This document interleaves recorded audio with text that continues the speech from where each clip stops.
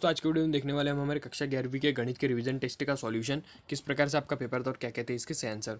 सबसे पहले आपका है कि एक समुच्चय जिसमें एक भी अवयव नहीं होता है, ठीक है। सही विकल्प का पहला प्रश्न है कि भाई एक समुच्चय जिसमें एक भी अवयव नहीं होता है वो कौन सा समुच्चय के अंतर्गत आता है। तो दोस्तों ये आता है आपका रिक्त समुच्चय के अंतर्गत, ठीक है। तो जो पहला है आपका उसका दूसरा सही हो जाएगा आपका, ठीक है। दूसरा आपका प्रश्न, ये किसी अतिरिक्त समुच्चय ए से अतिरिक्त समुच्चय बी के संबंध में कार्तीय गुणन ए गुना बी कौन सा समुच्चय होता है। तो दोस्तों ये आपका आता है उप समुच्चय, ठीक है। तो यहाँ पर आपका उप समुच्चय हो जाएगा। अगला आपका 240 डिग्री के संगत रेडियन की माप क्या होगी। तो दोस्तों इसकी संगत रेडियन की माप क्या होगी आपकी, तीसरी होगी 4π/3। जब आप इसे सॉल्व करेंगे तो ये आपका आंसर आ जाएगा।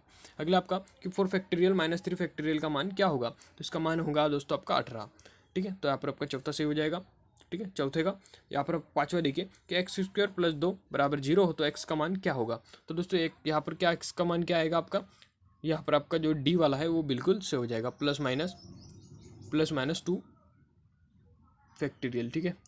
हाँ ठीक है, चौथा वाला ही आपका यहाँ पर सही हो जाएगा। अगला देखिए आप रिक्त स्थानों की पूर्ति कीजिए। तो रिक्त स्थानों की पूर्ति कीजिए में आपको दिया है कि ए समुच्चय ए बी, ठीक है। यहाँ पर बी का समुच्चय ए बी सी, तो अब हमें दिया है कि ए यूनियन बी हमें यहाँ पर ज्ञात करना है। तो ए यूनियन बी दोस्तों क्या हो जाएगा आपका, जो बी का जो दिया है ए बी सी यही हो जाएगा, क्योंकि ये कॉमन निकल जाएगी सब, और ए और बी ए बी सी यहाँ पर आंसर आपका आ जाएगा, ठीक है।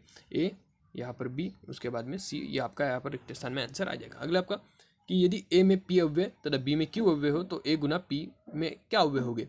तो दोस्तों ए में हमें पी दिया है और बी में भी क्या दिया है, हमें क्यू दिया है, तो ये इसका आंसर आ जाएगा पी गुना क्यू, यानी पी क्यू। अगला आपका एनपीआर का मान होगा। तो दोस्तों जो एनपीआर का मान होता है वो होता है आपका एनपीआर बराबर, ठीक है, एन रेडियन, और उसके बटे में आएगा आपका एन माइनस आर, और यहाँ पर जो है आपका ये चिन्ह लग जाएगा, ठीक है। अगला आपका 0 फैक्टोरियल का मान होगा। तो दोस्तों इसका मान आपका एक ही आ जाएगा। अगला है आपका, अगला पांचवा देखिए आप, पांचवा 5, इसका जो पीडीएफ की लिंक है दोस्तों आंसर की, वो मैं डिस्क्रिप्शन बॉक्स में आपको दे दूंगा, तो वहाँ से सीधा पीडीएफ डाउनलोड करके जो आप इसे पूर्ण रूप से देख सकते हैं, ठीक है। अगला आपका 5x - 3, ठीक है, बड़ा है 7 का मान, तो यहाँ पर होगा जबकि x एक वास्तविक संख्या है। तो दोस्तों इसका मान चलिए मैं बताऊँ दोस्तों, इसका आएगा आपका x बिलोंग टू, ठीक है, x यहाँ पर आपका बिलोंग चिन्ह लग जाएगा, उसके बाद में आपका जो -∞ और 5/2, ठीक है। इसकी जो है मैं लिखित में आपको डिस्क्रिप्शन बॉक्स में आपको दे दूंगा, जहाँ से आप इसे देख सकते हैं, ठीक है। चलिए अब देखते हैं हमारी सत्य को। तो दोस्तों सत्य में सबसे पहला जो आपका आएगा वो एक असमीका कि दोनों पक्षों के असमीका के चिन्हों को प्रभावित किए बिना सामान्य संख्या की जोड़ी अथवा घटाई जा सकती है। तो बिल्कुल सत्य है आपका, इसे जोड़ी और घटाई दोनों जा सकती है, ठीक है। दूसरा देखिए आपका, दूसरा दिया है I4 बराबर होता है -I, तो ये बिल्कुल आपका गलत आ जाएगा।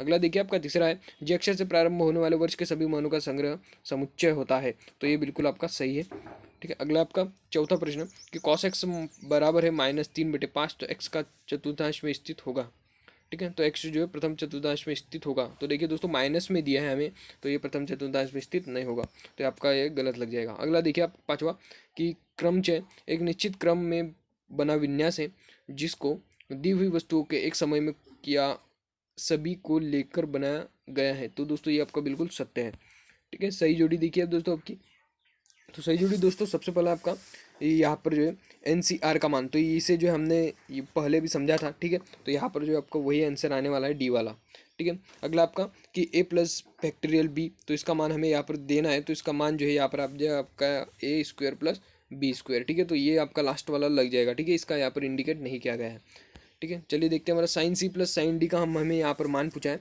तो sin d sin c का मान आपका क्या लग जाएगा, ये पहला वाला यहाँ पर आपका सही लग जाएगा। अगला आपको पूछा है sin 75 का मान, तो sin 75 का मान आपका सी वाला करनी 3√3/+1, ठीक है, 3 + 1 और 2/2 करनी 2, यहाँ पर आपको बिल्कुल सही लग जाएगा, ठीक है। अगला आपको ए का मान पूछा है, तो ए आने वाला है यहाँ पर आपका।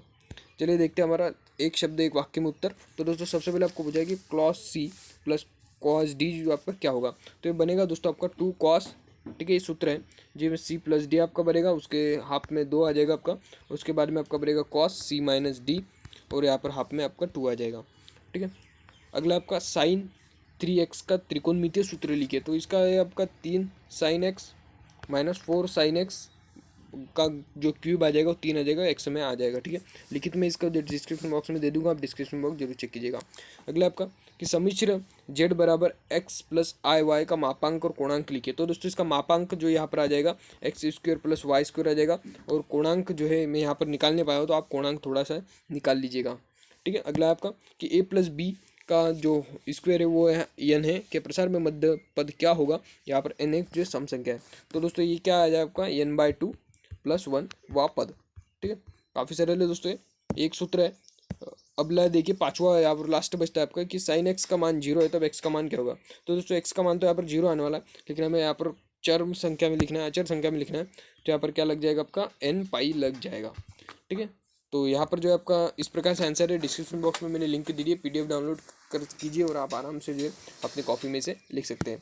तो दोस्तों कक्षा 11वीं के आपके अंक जुड़ते हैं, इसलिए काफ़ी अच्छे प्रकार से आप लिखिएगा। ठीक है दोस्तों, मिलते हैं नेक्स्ट वीडियो में और किसी नए टॉपिक के साथ।